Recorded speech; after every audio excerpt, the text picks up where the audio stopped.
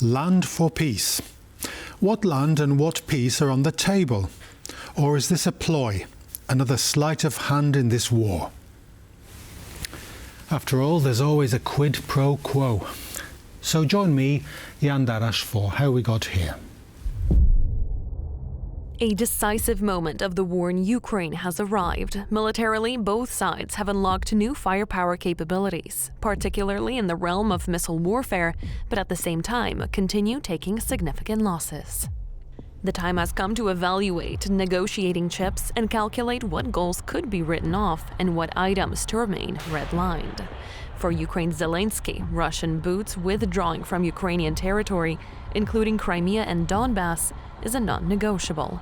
What he expects from NATO is membership for Ukraine. But as his recent interview with Sky News showed, Zelenskyy must have weighed the idea of going with accession of just the unoccupied territories of Ukraine. The fact is that it is a solution to stop the hot stage of the war, because we can't give NATO membership just to the part of Ukraine that is under our control. Yes, it could be possible, but no one offered. But the invitation must be given to Ukraine within its internationally recognized border. Russia wants the opposite, namely to keep Crimea and all of Donbass, including territories where it has not planted its banner so far. Also, Ukraine's NATO membership remains untenable for Moscow. Sources close to the Kremlin have repeated Putin's disinterest in a negotiated settlement with Ukraine. Kremlin affiliate and Russian oligarch Konstantin Malofev told the Financial Times that Putin would possibly turn down any Trump-made plan for peace negotiations. Russia's 2025 budget published on Sunday does not show that Moscow intends to bury the hatchet either. A record-breaking $126 billion are to be allocated to national defense, roughly 32.5% of government spending. Much depends on the deal-making power of Donald Trump and his administration. Keith Kellogg, a retired U.S. lieutenant general whom Trump tapped as Washington's envoy to Ukraine and Russia, co-authored a policy document that envisions withdrawing weapons from Ukraine should it refuse to enter peace talks. In case Russia opts out, the policy suggests beefing up Ukraine with even more weapons. Trump vowed to end the war in 24 hours from his swearing in, a bold, albeit very unrealistic diction.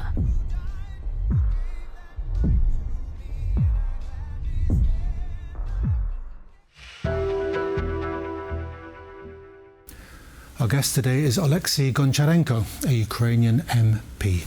Welcome to the programme. Thank you for the invitation. Great to have you.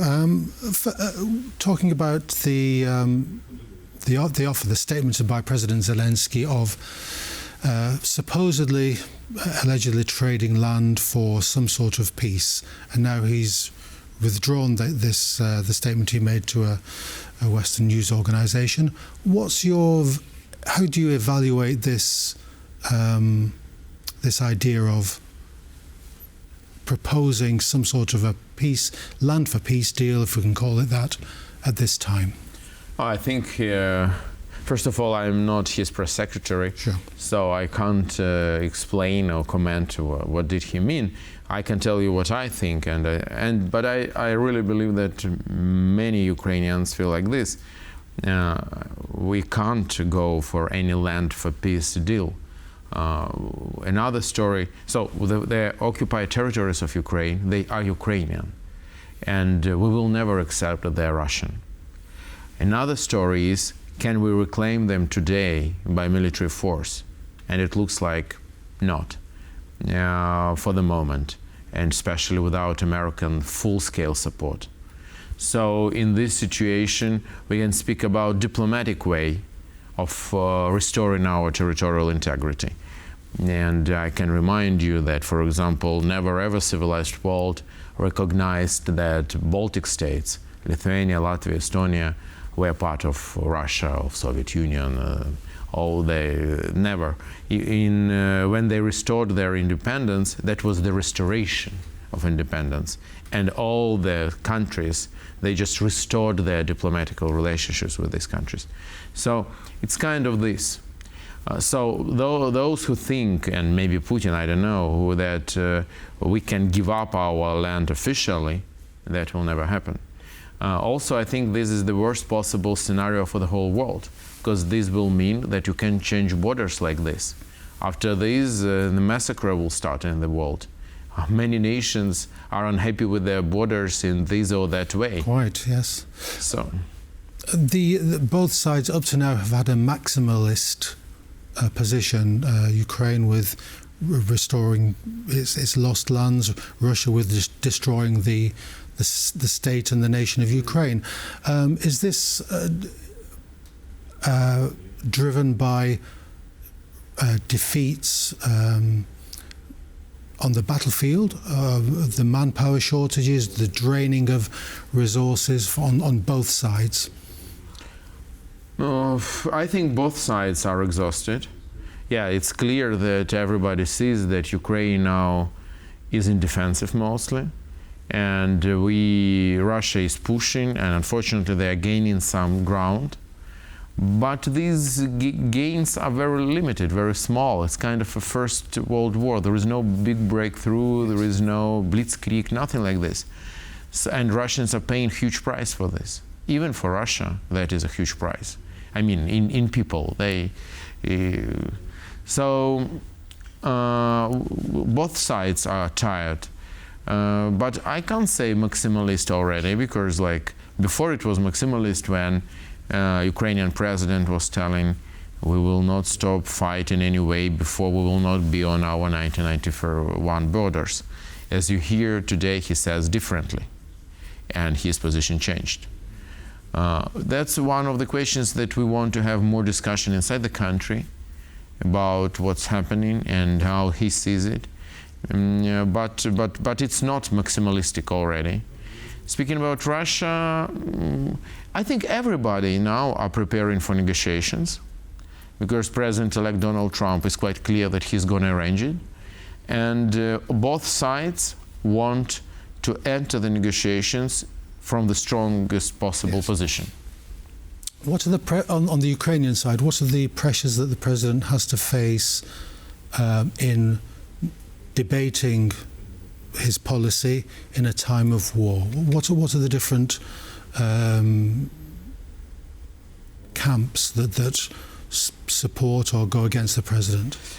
You see, what I am concerned about, like yesterday president was telling just 91st, borders, complete restoration of territorial integrity, now.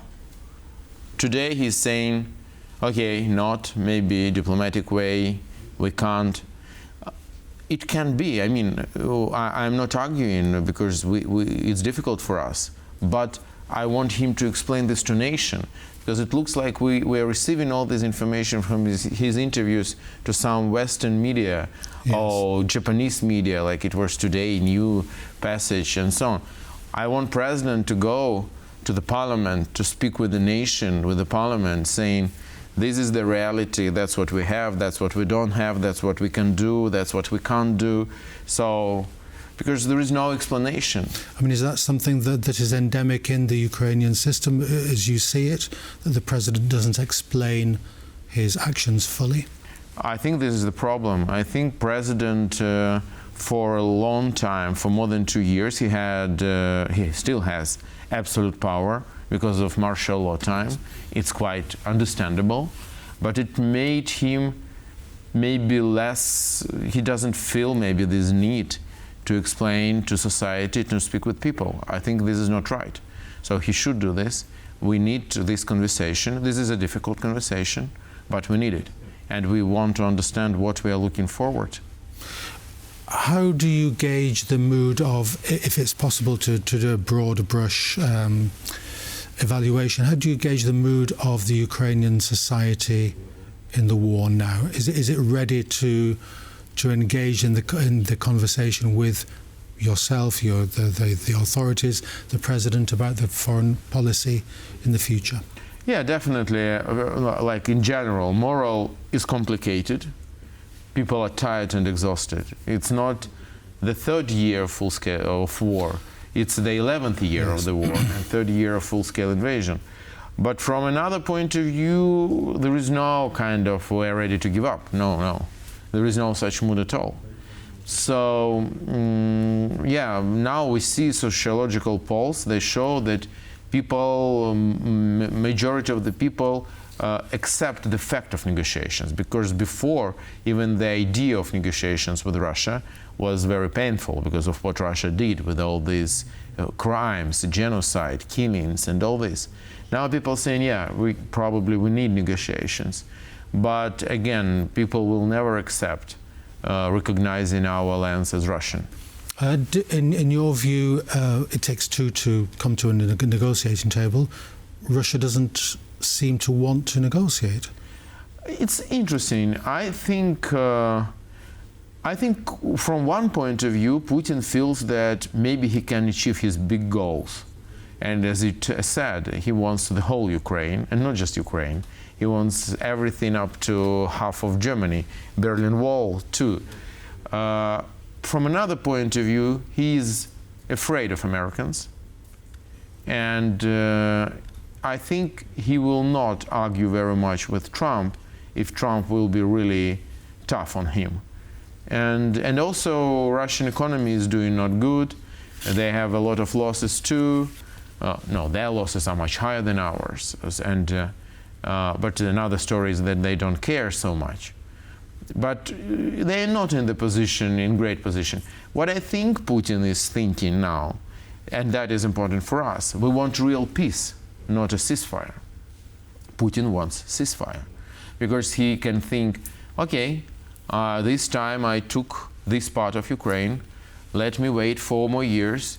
He feels himself, he's already in power for more than 20 years, and he's going to be 10 to 15, 20 years more when he will be crazy like Brezhnev, I don't know.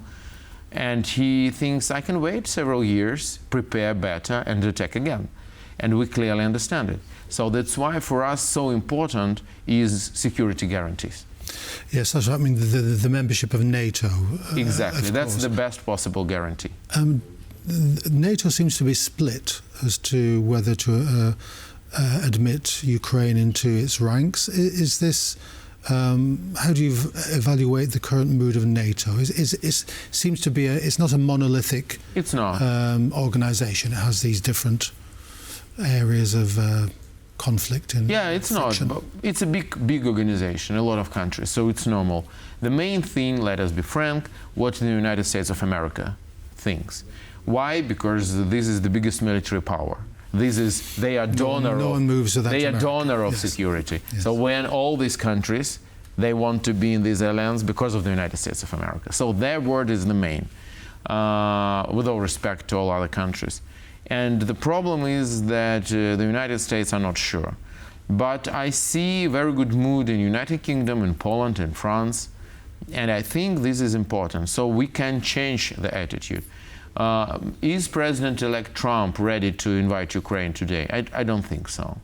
But can he change his mind? I think it's possible, especially if some big conflict will start in the Middle East, I don't know, around Taiwan. In this case, just the free world and NATO will need Ukraine because of our 1 million battle-hardened people. Who else has such army? Nobody. Just Russia.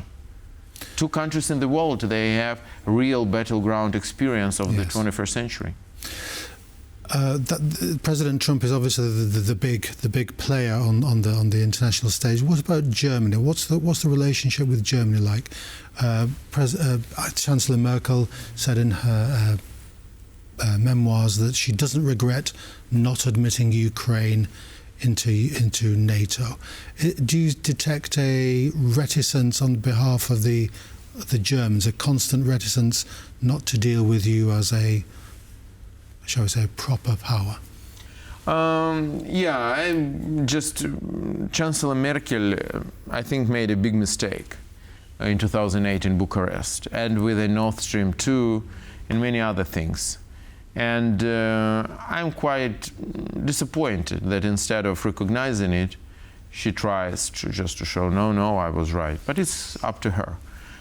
In any way, she's a history of German politics, Yes. with all respect. Yes. Germany will have elections soon, and I think that after elections, we can build closer relationships, and after any result, because Germany is close to Russia geographically, and they understand the threat, and they were occupied by Russia just several decades ago, which is for history like this. It's a second. So in reality, they recognize the problem is lack of leadership there. Also, we know after the Second World War, all these things, the demilitarization and everything. So I think Ukraine has a big perspective of cooperation with Germany. But the biggest perspective of cooperation, I believe, is in the Eastern Europe. Poland, Baltic states, Czech Republic. These is countries which are naturally very involved, and we are good friends and allies, and together we are really very strong. Yes, they can understand your position. We all seem to understand the same position. Absolutely. Oleksiy Goncharenko, thank you very much for coming in. Thank you very much for the invitation. Thank you. So that's all we have time for today. Join us next time for How We Got Here.